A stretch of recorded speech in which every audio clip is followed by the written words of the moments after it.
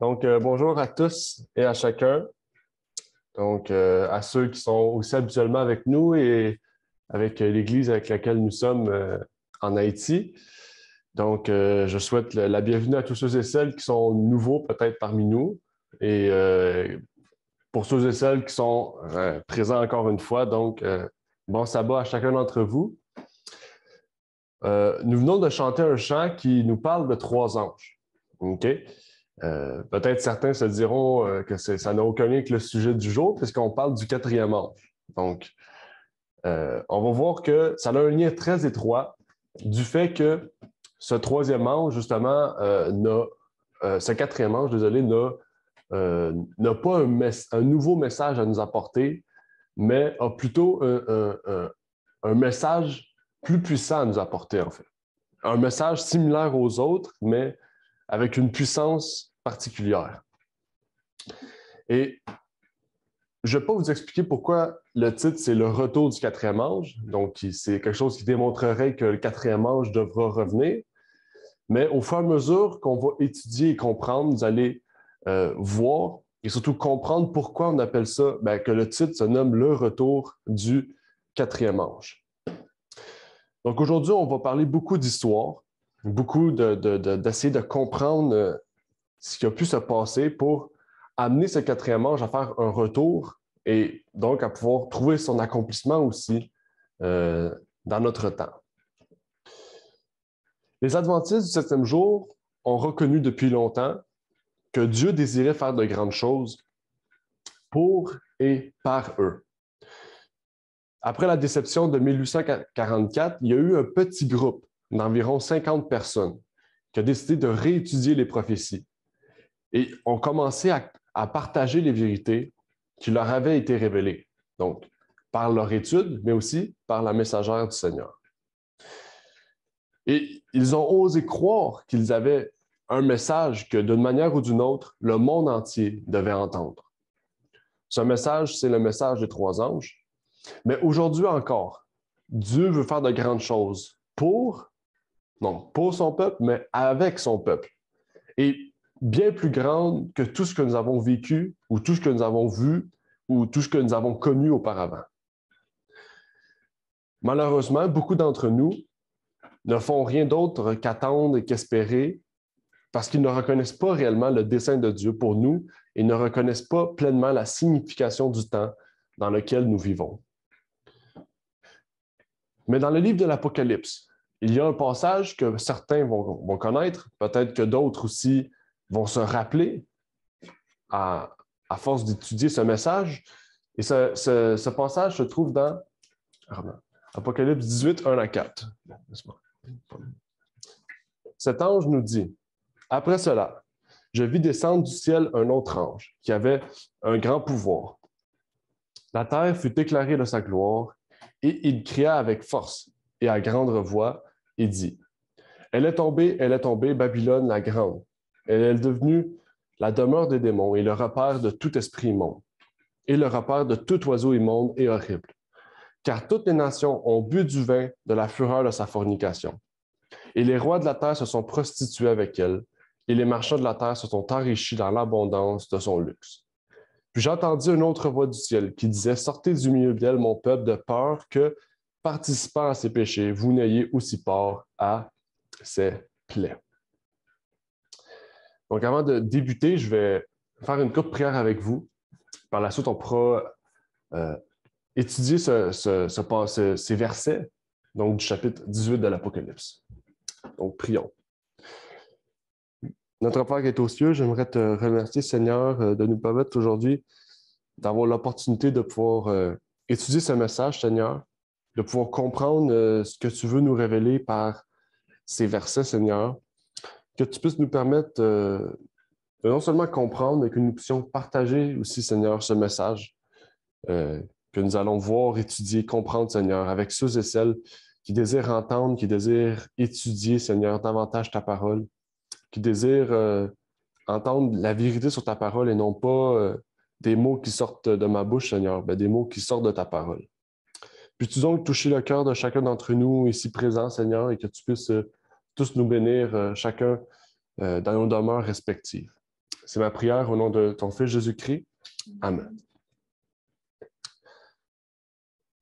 Depuis plus de 150 ans, les adventistes croient que ce passage fait référence à ce que nous appelons le Grand Cri, ou on pourrait se dire la pluie de l'arrière-saison. Le message d'avertissement final, en fait, destiné au monde entier. En fait, Apocalypse 18, 1 à 4, c'est un appel qui est très semblable à celui du quatrième ange, un appel qui est semblable aussi à celui du deuxième ange, au message des trois anges, mais qui vient avec une puissance, puisqu'il nous est dit « la terre fut éclairée de sa gloire ». Donc, ce message, cet appel, qu'est-ce qui est différent, n'est pas le message, mais la puissance avec laquelle le message va être proclamé.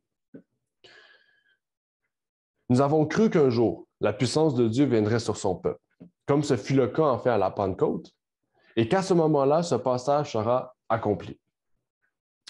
Cette représentation d'un ange puissant descendant du ciel signifie un temps où la puissance de Dieu viendra sur son peuple à la mesure de la Pentecôte et où l'œuvre finale de Dieu sur terre sera accomplie. À ce moment-là, tout le peuple de Dieu sera enfin complètement séparé de tout ce qui est apostat et faux. Il existe un livre, peut-être que vous le connaissez, un livre écrit par l'ancien W.L. Brisbane. Son livre s'intitule « Are Seventh-day Adventists Doing God's Will? » Est-ce que les Adventistes du septième jour font la volonté de Dieu? Ce livret ou ce livre contient une série de questions dont les réponses consistent en des citations d'Ellen White. Et à la page 10 de ce livret, on trouve une déclaration frappante. Il faut savoir que cette déclaration, on n'a pas trouvé l'original. Donc, c'est une déclaration qu'on pourrait remettre en doute, qu'on pourrait remettre surtout en doute sa source originale. Mais ce qui est intéressant, c'est que Ellen White a dit ces choses-là et on peut retrouver la source de ce qu'elle a écrit ici, mais répartie dans plusieurs écrits. Et j'ai décidé de lire cet écrit-là parce que ça résume tous ces écrits en un passage. Donc, qu'il soit vrai ou qu'il soit faux, tout ce qui est écrit là est vrai. C'est peut-être la structure et peut-être le total de l'écrit qui est peut-être à douter. Mais elle nous dit, okay? Donc Brisbane nous dit, pour répondre à une de ces questions dans son livre, en 1888, lors de la conférence générale qui s'est tenue à Minneapolis, au Minnesota, l'ange d'Apocalypse 18 est descendu pour accomplir son travail et il a été ridiculisé, critiqué et rejeté. Et lorsque le message qu'il apportera de nouveau s'élèvera à un grand cri, il sera de nouveau ridiculisé et critiqué et rejeté par la majorité. Je suppose que l'Adventiste du septième jour, on pourrait dire moyen et confessionnel, ne voudrait pas reconnaître une déclaration comme celle-ci. Car c'est l'une des déclarations les plus claires que nous puissions trouver, qui parle d'une apostasie claire et nette. Une apostasie qui a eu lieu en 88 et qui se poursuivra, mais surtout s'intensifiera et atteindra son apogée dans les derniers jours, donc aujourd'hui. Et on en voit le résultat.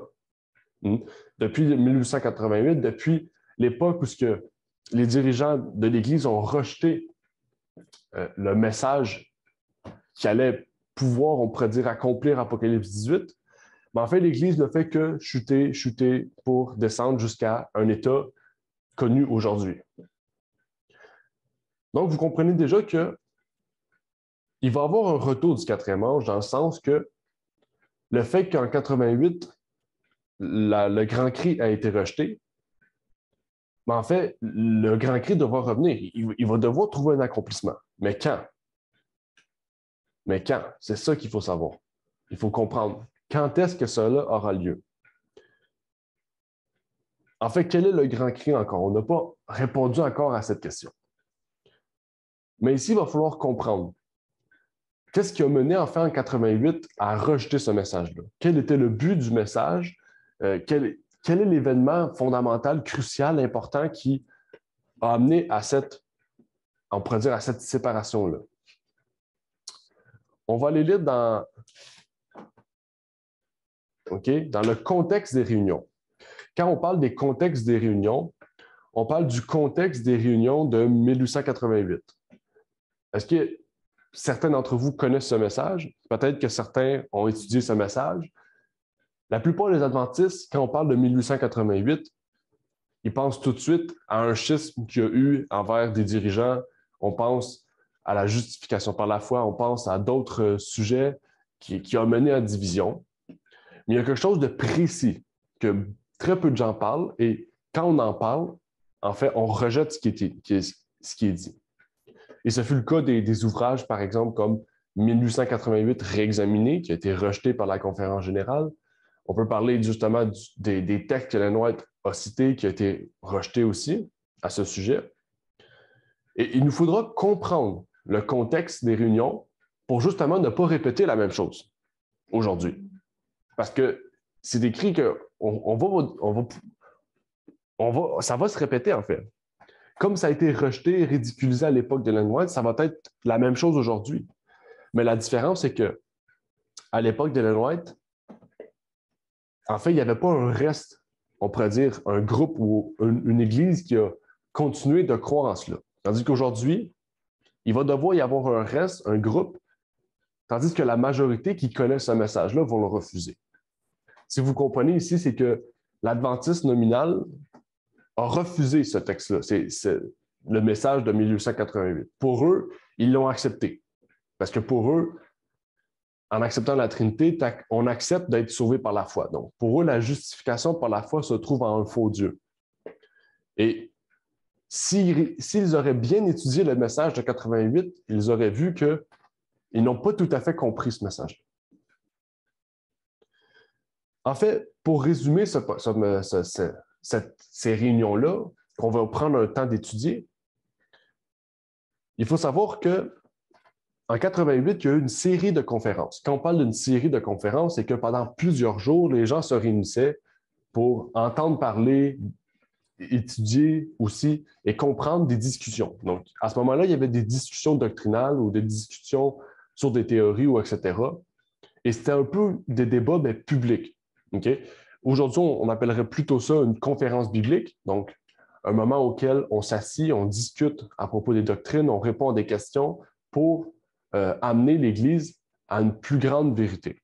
Et on en a la preuve parce que une année plus tard, en 1889, les principes fondamentaux de 1889 eut lieu. Donc, il y a eu quelque chose qui est arrivé en 88 qui a amené à mieux comprendre le message et le but et surtout les doctrines fondamentales de l'adventisme historique. En fait, cette session de la conférence était très spéciale. Pourquoi? En fait, toutes les personnes qui étaient présentes, auxquelles on a des textes écrits, ont dit qu'ils ont vu et qu'ils ont senti qu'il y avait quelque chose d'inhabituel, quelque chose de différent qui s'était passé.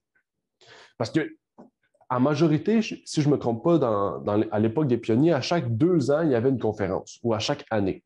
Je ne suis pas tellement sûr de ce que je dis là, mais je sais que ce n'était pas quelque chose de souvent, mais quelque chose auquel des personnes pouvaient avoir participé à plusieurs reprises. Mais si c'était vraiment important, si c'était vraiment différent, cette conférence-là, le seul témoin qui a le plus de poids, okay, c'est Ellen White elle-même. Elle-même a assisté à cette conférence et a vu qu'il y avait quelque chose d'inhabituel, quelque chose de différent. Mais qu'est-ce qui s'est-il passé? Qu'est-ce qui s'est-il passé pour amener surtout Ellen White à dire et à croire que le grand cri et que la pluie de l'arrière-saison allait pu être déversée et amener Jésus à revenir quelques années plus tard? Qu'est-ce qui s'est passé pour amener Ellen White à dire cela, mais qu'aujourd'hui, on est encore présent sur cette terre? Donc, ça veut dire qu'elle a réellement cru que le 4e ange allait s'accomplir. Mais à cause d'un problème, à cause de quelque chose, le 4e ange n'a pu faire son travail et s'accomplir. Tout d'abord, il faut savoir que cette session de 88 était très controversée. Si vous vous rappelez un peu, il y avait 2 nouveaux ministres, des jeunes de 33 ans et de 38 ans, Alonzo Trevier Jones, donc A.T. Jones, qui avait 38 ans, et Elliot James Wagoner, ou E.G. Wagoner, qui avait 33 ans. Ces deux jeunes ont apporté un message principal, mais sous une forme différente, ou plutôt d'une approche différente, d'une interprétation différente aussi de certains textes qui a amené justement les dirigeants adventistes à rejeter leur message. C'était des jeunes qui étaient très dynamiques, très jeunes, qui avaient, on pourrait dire, une approche plus axée, on pourrait dire aujourd'hui christocentrique, donc axée sur le Christ, plutôt que les dirigeants adventistes qui avaient une interprétation qui était très judaïsant, on pourrait dire, ou judaïque. Et le principal problème de ces deux jeunes hommes face justement à, on pourrait dire, aux théologiens adventistes de l'époque, on pourrait même dire aux anciens, aux pasteurs de l'époque, c'était les idées qui entraient en conflit avec ce qui avait déjà été établi par l'adventisme. Et en fait, c'est comprenable parce que quand on enseigne quelque chose pendant plusieurs années, qu'on s'est assis, qu'on a pris la décision d'enseigner cela dans l'unité, et que tout d'un coup, deux jeunes de 33 et 38 ans remettent en cause l'autorité d'interprétation qui avait été mise en place, on peut comprendre en fait le désarroi que Uriah Smith ou toutes les autres personnes avaient eu. Mais en fait, quel était le but? Quelle était, on pourrait dire, la base? Okay? C'est quoi le premier message qui a été dit et qui a amené un schisme entre ces deux personnes-là, ou ces deux groupes de personnes? En fait, E.G. Wagoner face à J. Butler et G.H. Morrison. Okay? J. Butler, okay, donc l'ancien Butler, était le président de la conférence générale et Morrison était son bras droit. Et à cette époque-là, ils se sont levés contre, on pourrait dire. Il y a eu un débat, un malentendu. Les pionniers, eux, annonçaient que la loi dont Paul parlait dans le livre des Galates était en fait la loi cérémonielle qui a disparu lorsque Christ a été crucifié. Tandis que Wagoner avait une approche différente de ce texte de Galates. Wagoner disait que la loi que Paul parlait incluait la loi morale et cérémonielle, mais pas seulement la loi cérémonielle. Et si vous vous rappelez, ben, si vous êtes au courant, en fait, Wagoner a écrit un livre qui s'appelle le livre de Galates. Okay? Donc, Wagoner avait écrit un livre sur les Galates peu de temps avant 88 pour expliquer, décrire et vraiment démontrer son point de vue. Okay? Mais il y avait aussi A.T. Jones, qui était face à Uriah Smith. Donc là, on prend des personnes qui ont, on pourrait dire, qui n'ont pas une importance, mais qui ont un grand poids sur l'adventisme historique. Uriah Smith, ça faisait déjà une trentaine d'années qu'il travaillait dans l'Église. Butler aussi et Morrison aussi. En fait, A.T. Jones apportait un message différent d'Uriah Smith. Peut-être vous connaissez les 10 cornes de Daniel. A.T. Jones arrivait à la conclusion que l'une des cornes n'était pas les 1, mais étaient les alamans. Okay? Les alamans qu'aujourd'hui seraient les Allemands. Et Smith affirmait, lui, que c'était les 1, parce que les millérites affirmaient aussi que c'était les 1. Okay? Donc ça, aujourd'hui, c'est encore un débat. On n'a pas, en fait, dans l'adventisme historique, on n'a pas discuté de ce sujet-là, mais l'adventisme, aujourd'hui, nominal, a pris la position pour les alamans. Mais là n'est pas le sujet. Le sujet, c'est à savoir que des points, on pourrait dire prophétiques, des points aussi peut-être même doctrinales, parce qu'on parle de la loi, avaient été remis en cause par deux jeunes de 38 et de 33 ans. Et ça, l'adventiste refusait. On ne pouvait pas remettre en cause ce qui avait été établi déjà auparavant. En fait, il y avait un esprit déjà de séparation, un esprit déjà de judaïsme qui régnait au sein de l'adventisme. En fait, qu'on ne pouvait pas se soulever contre les plus anciens. Et le problème dans tout cela n'était pas Wagoner et Jones, c'était les adventistes. Dès la première journée de débat, ils ridiculisaient Wagoner et Jones. Dans leur chambre, ils riaient de lui, se moquaient de ces deux personnes-là, que ce soit de leur message ou même de leur physique. même que Morrison a écrit sur un tableau des mots et des choses qui, en fait, des choses pour ridiculiser Waggoner. Donc, en fait, on voit que l'Adventiste, déjà, à cette époque, dès le début de la conférence, se moquait et ridiculisait le message de Waggoner et de Jones. Au point même que, en fait, Waggoner et Jones ont dû justement aller chercher secours envers Dieu, mais aussi envers Ellen White. OK? En fait, il faut comprendre aussi qu'aujourd'hui, l'Adventiste dit que ces deux points-là étaient la raison principale pour laquelle, en fait, le message n'a pas été accepté. Tandis que cela est tout faux. C'était des points secondaires. Ce n'était pas le point primaire que Waggoner et Jones voulaient apporter aujourd'hui. À la conférence, il y avait un message beaucoup plus grand qui devait être apporté. Un message beaucoup plus important. Quelque chose de beaucoup plus fondamental. Et j'aimerais vous lire quelque chose qui va nous prouver ce point-là. 2 ans auparavant, avant la session de la conférence générale, l'ancien Waggoner a eu un rêve. Okay? Si je ne me trompe pas, c'est un rêve ou une vision qu'il a eue, ou une expérience particulière que Dieu lui a permis d'avoir. Et j'aimerais vous lire ce que lui a vécu, okay? Pour lui amener justement à le démontrer publiquement dans la conférence de 1888. Il nous dit dans son livre The Last Confession of Faith, donc la dernière confession de foi, « J'étais assis un peu à l'écart du reste de l'Assemblée dans la grande tente d'une réunion de camp à Ellsbourg. Un sombre sabbat après-midi. Je n'ai aucune idée du sujet du discours. Je n'ai jamais su ni un texte ni un mot. Tout ce qui m'est resté, c'est ce que j'ai vu. Soudain, une lumière brilla autour de moi, et la tente fut pour moi bien plus éclairée que si le soleil de midi avait frappé. Et je vis le Christ, suspendu à la croix, crucifié pour moi. À ce moment-là, j'ai eu ma première connaissance positive qui m'est venue comme une inondation écrasante que Dieu m'aimait et que le Christ était mort pour moi. Dieu et moi étions les seuls êtres dont j'étais conscient dans l'univers. J'ai su alors de vue que Dieu était dans le Christ, réconciliant le monde avec lui-même. J'étais le monde entier avec tous ses péchés. Je suis sûr que l'expérience de Paul sur le chemin de Damas n'était pas plus réelle que la mienne. Continue. Je résolus immédiatement d'étudier la Bible à la lumière de cette révélation, afin d'aider les autres à voir la même vérité. J'ai toujours cru que chaque partie de la Bible devait présenter, avec plus ou moins d'éclat, cette glorieuse révélation, à savoir le Christ crucifié. 2 ans auparavant, donc en 1886, J. Waggoner a reçu cette révélation. Cette expérience l'a mené à quoi?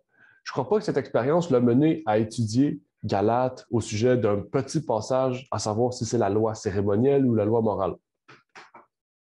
En fait, cette étude intense, donc de 2 années, a mené au livre, justement, Christ, notre justice.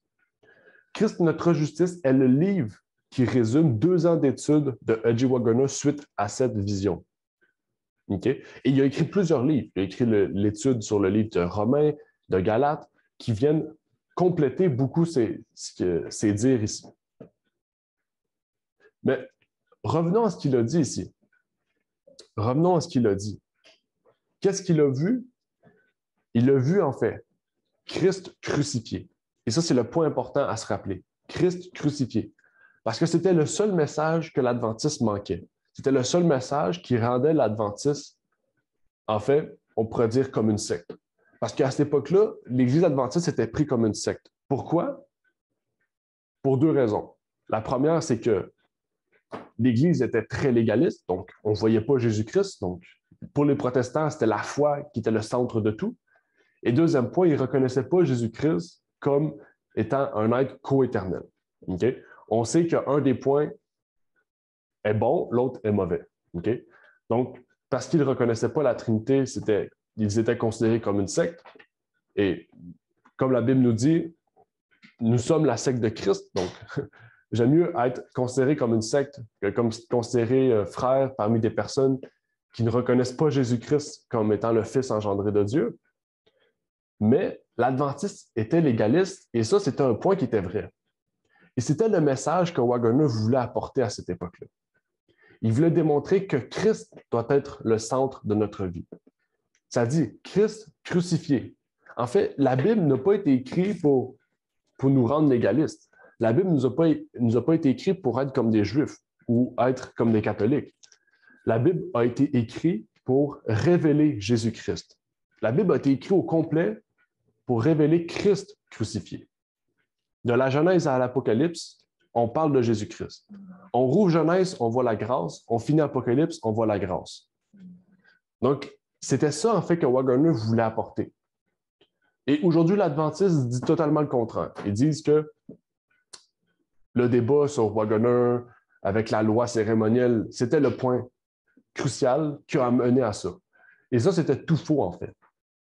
Parce que Waggoner a commencé, oui, à démontrer une petite partie de ce qu'est-ce qu'il voulait réellement montrer. Et la première fois que Waggoner a prêché ce message-là, Ellen White n'avait aucun doute quant à l'importance du message que ces deux hommes avaient apporté. Et même au sujet de ce message-là, voyez ce qu'elle a dit dans Testimonies to Minister. C'est le message que Dieu a ordonné de donner au monde. C'est le message du troisième ange qui doit être proclamé d'une voix forte et accompagné de l'effusion de son esprit dans une large mesure. Ça dit quoi? Proclamé d'une voix forte. Ici, c'est le grand cri. Le quatrième ange est le message du troisième ange proclamé d'une voix forte. Elle nous dit encore dans la Review and Herald du 22 novembre 1892, « Le temps de l'épreuve est à nos portes, car le grand cri du troisième ange a déjà commencé par la révélation de la justice de Christ, le Rédempteur qui pardonne les péchés.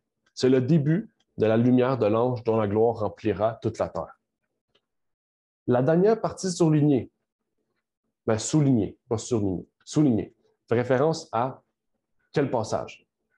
À Apocalypse 18. Apocalypse 18, la lumière de l'ange. Okay? La lumière de l'ange, c'est l'ange qui vient avec une grande gloire. Il vient avec une grande gloire. Okay?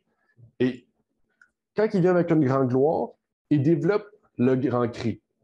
Le grand cri, okay, qui est relié au message du troisième ange. Même Ellen White parle à plusieurs reprises des trois anges. Okay? Donc, le message des trois anges, okay, quand il va être associé avec le message du quatrième ange, va former un grand cri. Et c'est à ce moment-là que la pluie de la saison va se déverser. Mais qu'est-ce qui est écrit? Il faut comprendre la justice de Christ. Si on ne comprend pas le message de 88, l'erreur qui a été faite et ce qui a été apporté, en fait, on ne pourra jamais accomplir ce grand cri. En substance, on pourrait même résumer ce qu'elle a dit ici. Tout a commencé, ce message est tout, et donc je sais que nous sommes arrivés à la fin, car j'ai vu l'œuvre finale de Dieu dans ce message. C'est un peu ce qu'Ellen White nous dit ici, c'est un peu ce qu'elle nous révèle. Et même pour aller plus loin, Ellen White, en fait, on pourrait dire les Adventistes ont résumé 4 gros volumes de ce qu'Ellen White a dit du message de 88 dans de 1888 Materials, donc le matériel de 1888. C'est 4 volumes de 1812 pages au total, de matériel de ce qu'Ellen White a dit. Donc, elle voyait réellement quelque chose de spécial à apporter à cette époque de l'Église. Mais cela ne s'est pas produit, le message du quatrième ange. Et à cause de cela, les Adventistes ont disséqué le message de 1888 jusqu'à aujourd'hui. Et aujourd'hui, en fait, comme Jérémie nous dit, on est des réparateurs de brèches. Et ça nous apporte à comprendre, en fait, quel était le message, quel était l'objectif principal qui entourait la justice de Christ, Christ crucifié.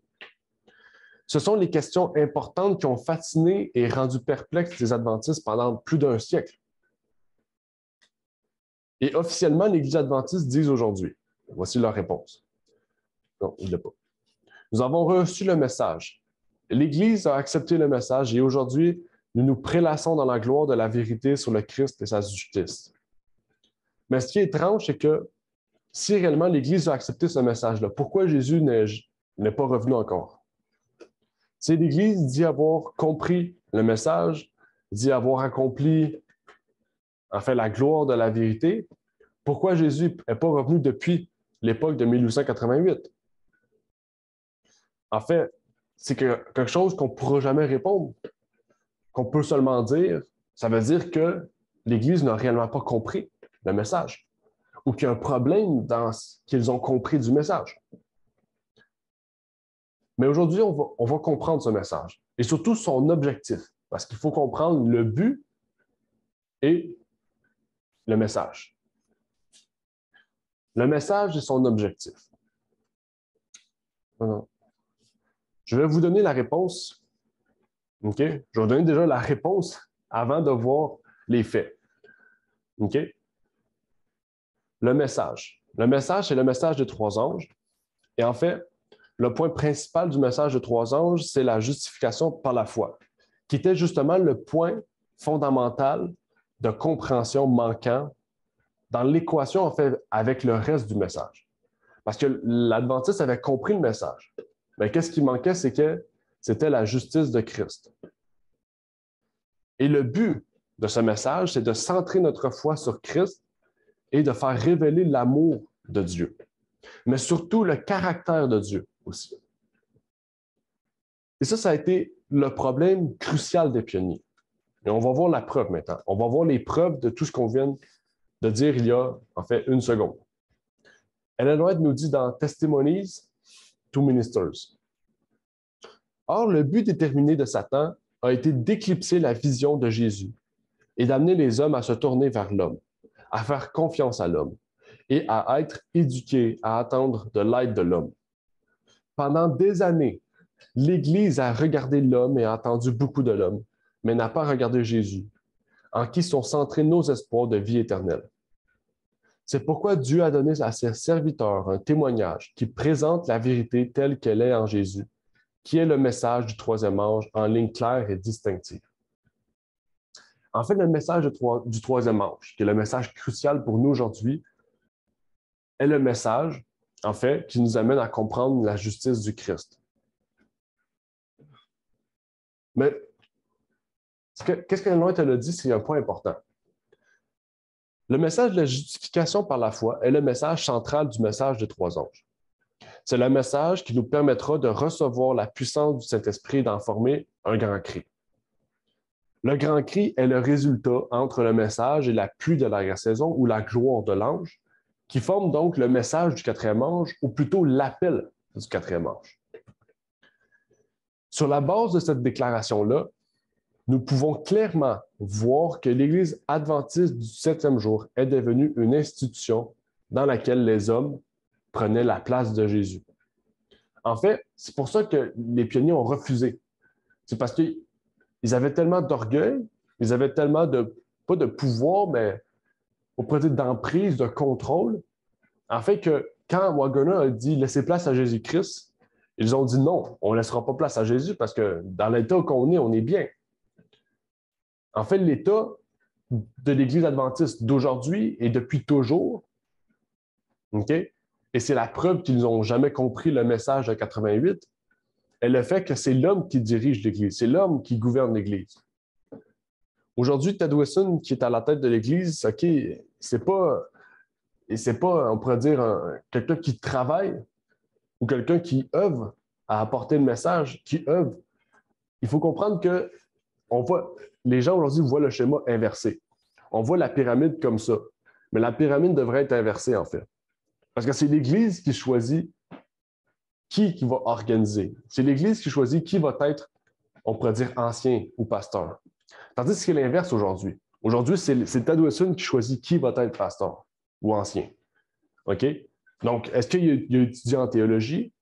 OK? Est-ce qu'il y a un secondaire 5? Est-ce qu'il croit aux principes fondamentaux adventistes? Est-ce qu'il... etc., etc. Tandis que non. C'est quelqu'un au sein de l'Église qui doit être choisi. Et c'est ça qu'on voit. On n'inverse pas le triangle. Aujourd'hui, le bout du triangle, okay, un des coins est à la tête et le reste est en bas. Et c'est là qu'on voit que c'est une hiérarchie. Et Dieu nous dit non. Dieu nous dit inverser. Okay? Je ne vous dis pas d'inverser dans le sens que l'Église doit gouverner, okay? Mais je vous dis que dans le sens que c'est l'Église, en fait, qui met des gens à leur tête pour quoi faire? Pour justement amener une organisation. Et non pas inversement. Ce n'est pas la tête qui choisit qui va être en bas. Et même qu'Ellen White nous précise, parce que l'Église n'a pas changé aujourd'hui, elle nous précise encore plus loin. Qu'est-ce que la justification par la foi? C'est l'œuvre de Dieu qui dépose la gloire de l'homme dans la poussière et qui fait pour l'homme ce qu'il n'est pas en son pouvoir de faire lui-même. On devrait dire Amen ici. Qu'est-ce que la justification par la foi? Je vais le relire. C'est l'œuvre de Dieu qui dépose la gloire de l'homme dans la poussière. C'est quoi la justification par la foi? C'est l'œuvre de Dieu qui prend notre orgueil, notre gloire, et qui la met dans la poussière. Et qui fait pour l'homme ce qu'il n'est pas en son pouvoir de faire. À savoir quoi? De se glorifier. Dieu nous glorifie parce que l'homme ne peut pas se glorifier. L'homme, oui, il va se glorifier d'une certaine manière, par sa richesse, par son orgueil, par l'amour de soi, okay? Par sa meilleure façon de parler, etc., par sa façon de faire de la musique, je ne sais pas, peu importe. Mais Dieu nous dit non. Délaissez cela, je vais vous revêtir de ma gloire et vous allez être encore plus glorieux, en fait. Parce que la gloire de l'homme, en fait, elle n'a rien de glorieux. Pour le monde, oui, la gloire de l'homme est mieux que la gloire de Dieu. Mais pour Dieu, la gloire de l'homme n'est rien d'autre que justement de la poussière. Et c'est pour ça que l'Église a refusé ce message. Parce qu'un message qui détruit la gloire de l'homme, c'est pas quelque chose qu'on apprécie. C'est comme si Waggoner aurait dit « Je viens détruire l'orgueil de l'Église en vous revêtant de Jésus-Christ crucifié. » L'Église, c'est sûr qu'elle allait rejeter ce message. Ça nous donne une raison pour laquelle le message a été ridiculisé, critiqué et dénoncé. Et c'est la raison pour laquelle le message sera de même aujourd'hui. Ridiculisé, critiqué et dénoncé. Mais le sujet du jour, la question qui devait être répondue est « Quel est le grand cri? » Ça va nous amener justement à cet élément, à conclure rapidement ce qu'il en est, même si peut-être vous avez déjà une idée de ce qu'il en est. Ellen White nous dit dans la Review and Herald du 22 novembre que tous ceux qui prétendent croire à la venue prochaine du Seigneur sondent les Écritures comme jamais auparavant. Car Satan est déterminé à essayer tous les moyens possibles pour maintenir les âmes dans les ténèbres et aveugler l'esprit sur les périls des temps dans lesquels nous vivons. Que chaque croyant prenne sa Bible. Qu'est-ce qu'on fait? On va suivre le schéma. Que chaque croyant prenne sa Bible. OK? Avec une prière sincère, afin d'être éclairé par le Saint-Esprit sur ce qu'est la vérité, pour mieux connaître Dieu et Jésus-Christ qu'il a envoyé. Cherchez la vérité comme des trésors cachés et décevez l'ennemi. Okay? Quand on dit résister dans la Bible, dans Jacques, on a étudié ça récemment, résister à Satan, c'est pas seulement tirer sur la corde puis lutter. Non, c'est vaincre Satan. Décevez l'ennemi. La Bible nous le dit. Décevez l'ennemi. Quand vous prononcez le nom de Jésus, l'ennemi s'en va. Mais ça continue. Le temps de l'épreuve est à nos portes, car le grand cri du troisième âge a déjà commencé par la révélation de la justification par la foi, le Rédempteur qui pardonne les péchés. C'est le début de la lumière de l'ange dont la gloire remplira la terre entière. La justification par la foi, la justification du Christ, peu importe, justice, Christ notre justice, nous apporte à avoir une bonne conception de la divinité et surtout du caractère de Dieu. Et c'est le problème aujourd'hui. Peut-être pas pour nous par rapport à la divinité, mais c'est pour la raison pour laquelle l'Église n'a pas compris réellement le message. Ce n'est pas seulement le fait de dire « je crois en Jésus ». La justification par la foi est de dire « j'accepte de détruire l'homme qui est en moi pour laisser place à Jésus. » Et c'est j'accepte aussi de reconnaître Jésus-Christ comme mon Seigneur et mon Sauveur, mais surtout comme étant le Fils de Dieu engendré. C'est ça, en fait, la justification par la foi. C'est pas seulement avoir la foi en Jésus, c'est pas seulement dire je suis justifié par Jésus, mais c'est de reconnaître comme Jésus-Christ comme étant le seul Fils engendré de Dieu, de reconnaître qu'il y a un seul Dieu, qui est le Père, de reconnaître le moyen surtout par lequel Christ travaille en nous, savoir par son esprit, de aussi, oui, donner notre vie à Jésus, mais surtout de dire je laisse place à Jésus-Christ dans notre vie. Ce qui veut dire que je ne veux plus la gloire de l'homme, mais je ne veux que la gloire de Dieu. Et la Bible nous le dit, Dieu peut nous partager sa divinité. Ça le dit, nous sommes participants de la divinité de Christ. Donc, vous avez le choix. Soit que vous participez au plaisir du monde ou que vous participez à la divinité de Jésus-Christ. C'est ça qu'il veut, en fait. La justification par la foi nous amène chaque jour à nous consacrer entièrement à Jésus-Christ. Et Christ nous a promis d'être avec nous pour toujours. Il nous a promis que chaque jour, nous pouvons travailler avec lui. En fait, c'est ça que Christ veut. Il veut nous façonner à son image. Il ne veut pas qu'on façonne Christ à notre image. C'est ça que les hommes ont fait. Ils ont créé la Trinité pour façonner Dieu, Jésus-Christ, le Saint-Esprit, à leur image. Mais Christ nous dit non. Il nous dit, je vais vous façonner à mon image. Parce que nous sommes l'image de Dieu, Jésus-Christ, veut nous rétablir à l'image qu'on avait auparavant.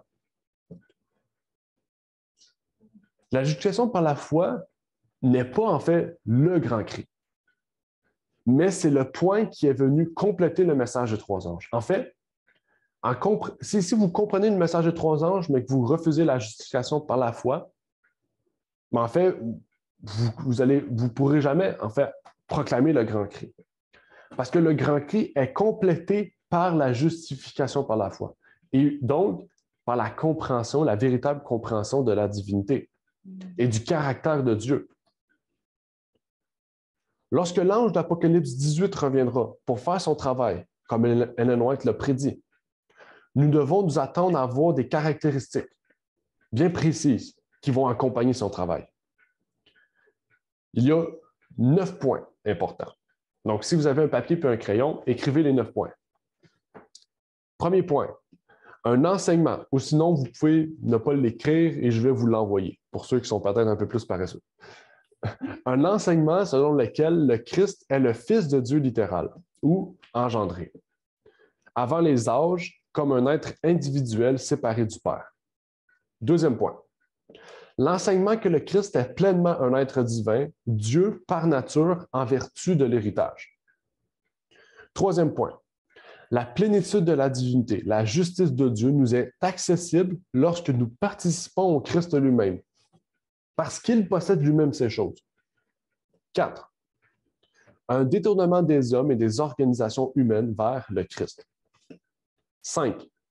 Un témoignage contre ceux qui veulent gouverner et dicter aux gens.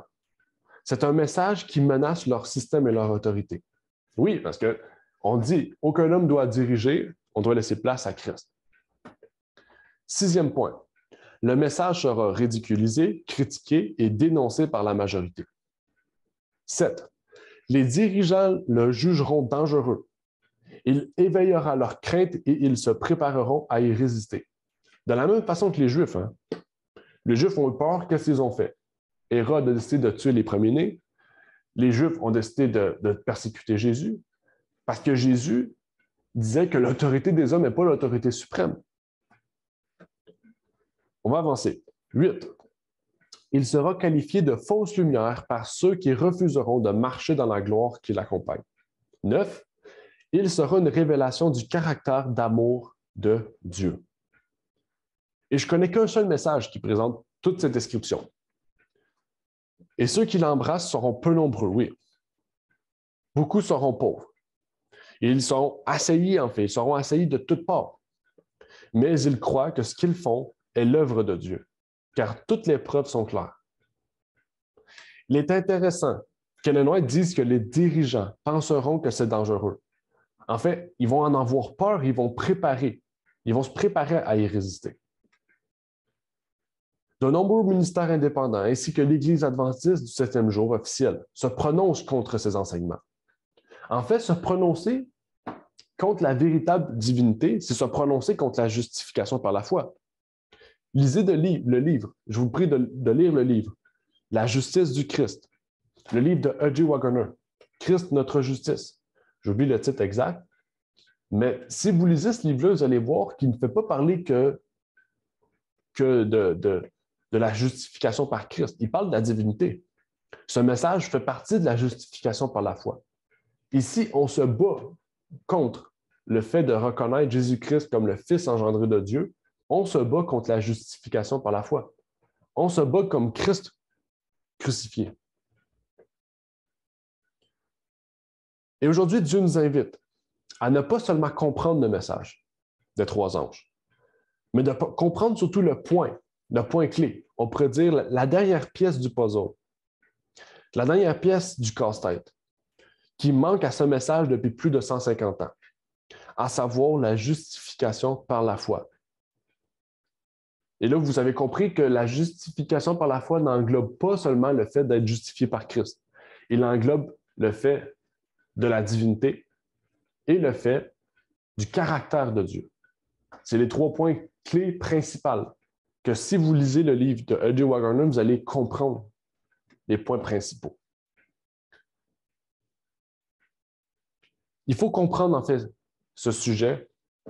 Et quand vous allez comprendre ce sujet, vous allez aussi comprendre comment accomplir le grand cri. Parce que le grand cri, formé à la pluie de la dernière saison, si vous avez le message compris, formera le message du 4e ange. Il formera donc le retour du 4e ange. Et donc, c'est notre mission. Notre mission n'est pas, je ne dis pas ici que notre mission est de comprendre le message, même si c'est le cas, mais notre mission est d'accomplir le message du 4e ange, d'accomplir le grand cri par le message du 3e ange dans sa compréhension totale. Et donc, aujourd'hui, j'aimerais vous faire réfléchir et surtout vous permettre de comprendre et de voir notre but sur Terre. Notre but sur Terre est de prendre la gloire de l'homme et de la mettre à la poussière et de laisser place à Jésus-Christ dans notre vie. Que Dieu puisse vous bénir. Donc, Amen. Amen.